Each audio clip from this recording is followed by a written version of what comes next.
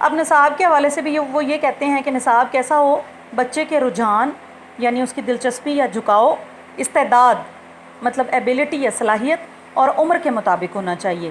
اس کے علاوہ یہ کہ نصاب جامعہ ہونا چاہیے۔ جامعہ کا مطلب یہ ہے کہ سارے ہی سبجیکٹس جو ہیں وہ تھوڑے تھوڑے کر کے اس میں شامل کیے جانے چاہیے، وہ مجموعی ہو، اوور آل ہو، کیومولیٹو ہو، کمپریہنسو ہو، ٹھیک ہے جی۔ اس میں تدریج کا خیال رکھا جائے، تدریج یعنی درجہ بے درجہ پڑھایا جائے، یہ نہیں ہے کہ پہلے پڑھانے والی چیزیں بعد میں کروا رہے ہیں، بعد والی چیزیں پہلے کروا رہے ہیں۔ اس کے علاوہ وہ یہ کہتے ہیں کہ پرائمری تعلیم جو ہے وہ مادری زبان میں دی جائے، کیونکہ اجنبی زبان میں جو تعلیم ہے وہ نصف ہے۔ اب آپ دیکھیں کہ کیا ہوتا ہے کہ ابھی تو آپ ماشاءاللہ سے اتنے بڑے ہو گئے ہیں، اس کے باوجود جب آپ انگلش پڑھنے بیٹھتے ہیں تو سب سے اہم جو آپ کے لیے مسئلہ بنتا ہے وہ اس کا ترجمہ ہے، کہ آپ کو اس کا ترجمہ ہی نہیں آتا۔ پہلے ترجمہ دیکھو گے، پھر اس بات کو انڈرسٹینڈ کرو گے تو کیا ہوگا کہ ڈبل ٹائم لگ جاتا ہے، دگنی جو محنت ہے وہ لگ جاتی ہے۔ تو اس لیے وہ یہ کہتے ہیں کہ نصف تعلیم جو دوسری زبان میں ہے وہ نصف ہے، یعنی آدھی تعلیم ہم حاصل کر رہے ہوتے ہیں، اگر وہی اپنی زبان میں کریں گے تو ہم تھوڑے ٹائم میں زیادہ چیز لرن کر لیں گے۔ اس کے بعد ہے جی حساب کتاب یعنی میتھمیٹکس، اور پھر اس کے بعد وہ کہتے ہیں کہ قرآن پاک کی تعلیم دی جائے۔ یہ ساری بات انہوں نے کیوں کی ہے؟ کیونکہ وہ کہتے ہیں کہ بچہ ابتدا میں جو ہے وہ اس کی سوچ ناپختہ ہوتی ہے، حساب اور مادری زبان میں جب وہ مہارت حاصل کر لیتا ہے تو باقی چیزوں کا بھی پھر اسے آہستہ آہستہ اندازہ ہو جاتا ہے، دوسرے علوم بھی وہ سیکھ لیتا ہے۔ اچھا نیکسٹ ہم دیکھیں گے کہ جیسے الغزالی نے اس کی گروپنگ کی تھی سبجیکٹس کی، یا اس کا وہ تھوڑا سا کیا تھا کہ مطلب ان کو ڈیوائیڈ کر دیا تھا، تو اسی طرح ابن خلدون جو ہیں انہوں نے کیا کیا، انہوں نے وہ فرض عین اور فرض کفایہ کر دیا تھا۔ انہوں نے کیا کیا ہے، طبعی یا عقلی علوم، تقلیدی یا نقلی علوم۔ اس میں بہت سے اسٹوڈنٹس کنفیوز ہو جاتے ہیں، بیٹا آپ نے یہ بہت دھیان رکھنا ہے، ایک ورڈ یاد کر لیں، کوئی سا بھی کر لیں، طبعی علوم کر لیں یا پھر اس کو عقلی علوم کر لیں، اسی طرح تقلیدی علوم یا نقلی علوم، ایک لفظ استعمال کر لیں تو آپ لوگ ذرا ایزی رہ جائیں گے۔ اچھا جی، عقلی علوم کی اگر بات کی جائے تو وہ علوم جن میں انسان کی اپنی عقل اور غور و فکر جو ہے وہ استعمال ہوتی ہے، اور آبویسلی یہ دنیاوی علوم ہوتے ہیں۔ ان میں منطق، فلسفہ، ہندسہ، طبیعیات، معدنیات، موسیقی وغیرہ شامل ہیں۔ اور اگر آج کے دور میں ان سبجیکٹس کا کمپیریزن کیا جائے تو اس میں ہمیں طب، انجینئرنگ اور وکالت وغیرہ جو ہے وہ نظر آتی ہے۔ اسی طرح نقلی علوم، نقلی علوم جیسا کہ لفظ نقل ہے، اس کا مطلب کیا ہے؟ As it is. اب آپ اپنے ساتھ بیٹھی کسی دوست کا پیپر دیکھ رہی ہیں تو وہ جو اس نے لکھا ہے ایز اٹ از لکھو گی نا، چاہے وہ صحیح ہے یا غلط ہے، ٹھیک ہے، اس میں اپنی عقل کو استعمال نہیں کرو گی۔ تو نقلی علوم کا مطلب یہ ہوگا کہ وہ سبجیکٹس جن میں ہم نے اپنی طرف سے کچھ بھی نہیں کرنا، ایز اٹ از اس کو ہم نے کاپی کر لینا ہے۔ اور ایز اٹ از کون سا کاپی ہوگا؟ قرآن پاک یا احادیث ہم کہہ سکتے ہیں۔ تو اس لیے ان میں تفسیر، حدیث، فقہ، لغت وغیرہ جو ہے وہ شامل ہیں، کیونکہ یہ وہ سبجیکٹس ہیں جن میں ہم اپنی طرف سے کوئی تبدیلی نہیں کر سکتے۔ اب لغت ہوتی ہے ڈکشنری، ڈکشنری میں ایک لفظ لکھا ہوا ہے جھوٹ، جھوٹ کا مطلب ڈکشنری نے بتایا غلط بیانی، اب ہم اپنی مرضی سے اس کو صحیح بیانی نہیں کر سکتے، ٹھیک ہے جی۔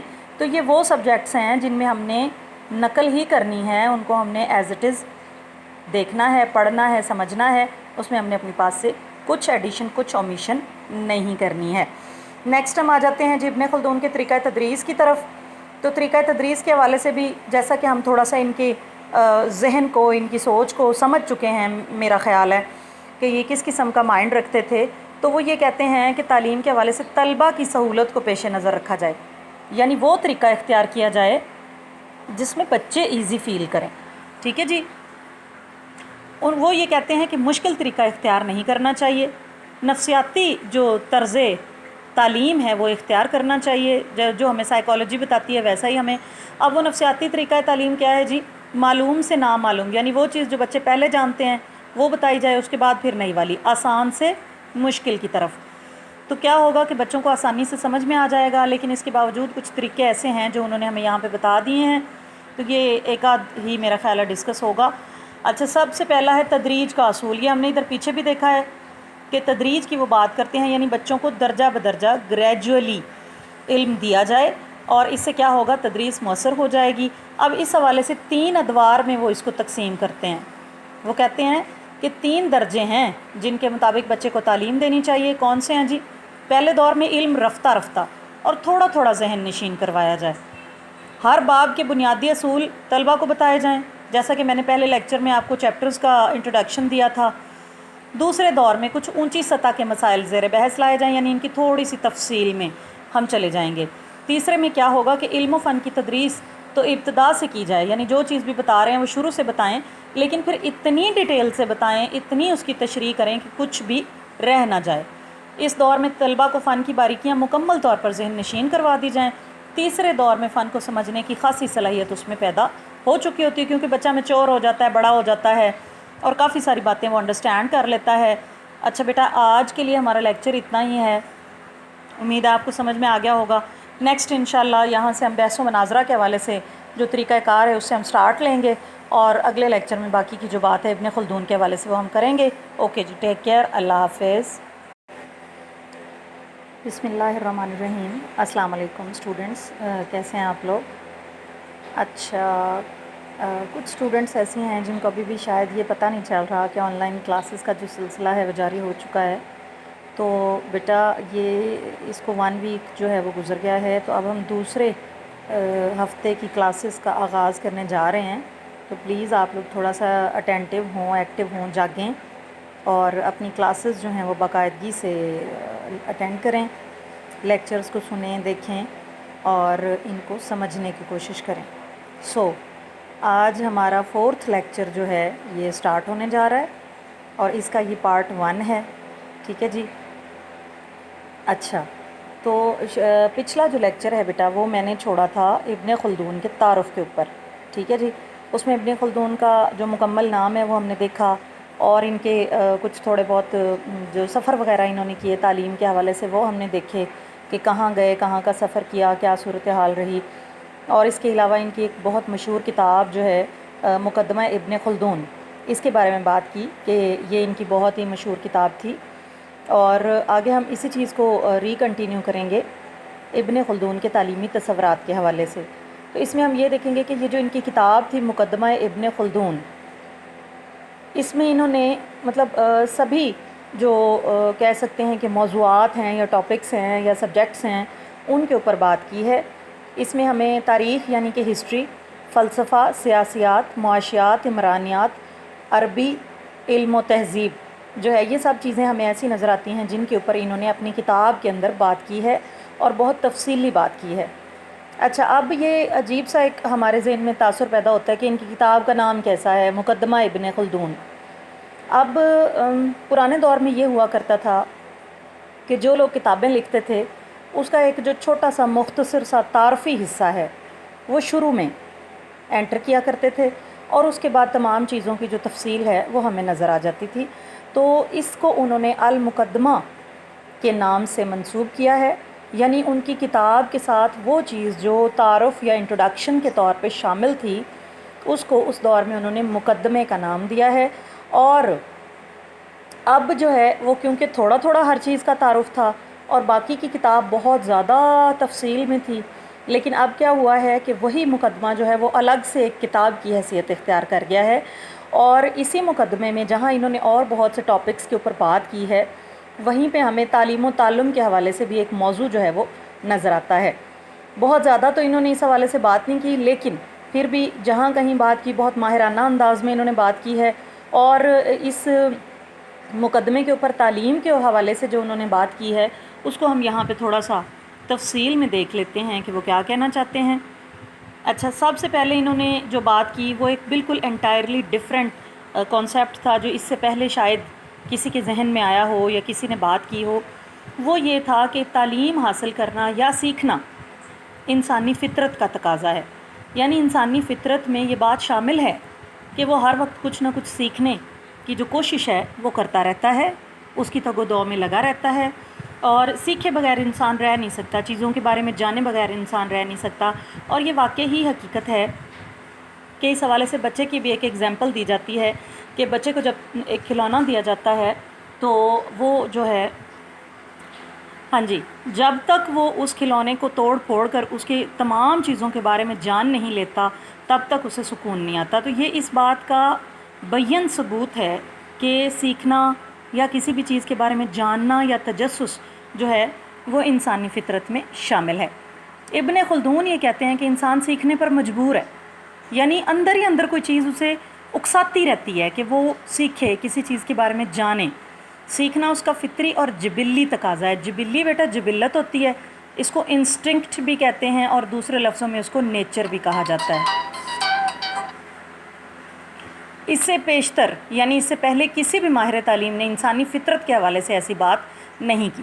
ساتھ ہی ساتھ وہ یہ بھی کہتے ہیں کہ جس طرح خوراک، لباس اور رہائش انسانی ضروریات میں شامل ہیں، اسی طرح علم کا حاصل کرنا بھی انسانی فطرت ہے، اس کا تقاضا ہے، اور وہ کسی بھی چیز کی تعلیم حاصل کیے بغیر یا سیکھے بغیر نہیں رہ سکتا۔ سیکھنا اس کی سرشت میں ہے۔ سرشت جی اسی چیز کو کہتے ہیں، آلموسٹ یہ گٹی کہہ لیں، جو گٹی میں پڑا ہوا ہوتا ہے، یا اس کی نیچر میں ہے یا اس کے مزاج میں ہے، تو وہ کبھی بھی اس چیز سے اپنے آپ کو باز نہیں رکھ سکتا۔ ٹھیک ہے جی۔ اس کے علاوہ یہ کہ علامہ صاحب نے یہ جو ایک بالکل انٹائرلی ڈفرینٹ کانسیپٹ پیش کیا، یہ بہت زیادہ قابل تعریف ہے، اور مغرب کے جدید نظریات جن میں تعلیم کو فرد کا حق قرار دیا گیا، وہ اس کے سامنے بہت ہیچ ہیں، یعنی بہت نیچے ہیں، بہت کمتر ہیں، کیونکہ علامہ صاحب نے بہت پرانے دور میں ہی یہ بات ہمارے سامنے پیش کر دی تھی۔ آج اس کو حق کہا جا رہا ہے، علامہ صاحب نے اس کو انسانی فطرت کا تقاضا کہا، لیکن بات جیسے بھی کی جائے وہ ایک ہی طرح سے ہوتی ہے۔ اچھا، اس کے علاوہ یہ کہ ابن خلدون جو ہیں وہ تعلیم کے حوالے سے غور و فکر کو بہت اہمیت دیتے ہیں، یعنی سمجھ کر پڑھنا، رٹا نہیں لگانا، کیونکہ رٹے کی سخت خلاف ورزی جو ہے وہ علامہ ابن خلدون نے کی ہے، اور وہ غور و فکر کر کے تعلیم حاصل کرنے کو بہت اہم سمجھتے ہیں، اور وہ کہتے ہیں کہ حقیقت کا علم جو ہے وہ حاصل کرنے کے لیے پیغمبروں کی تعلیمات پر ایمان لانا ضروری ہے۔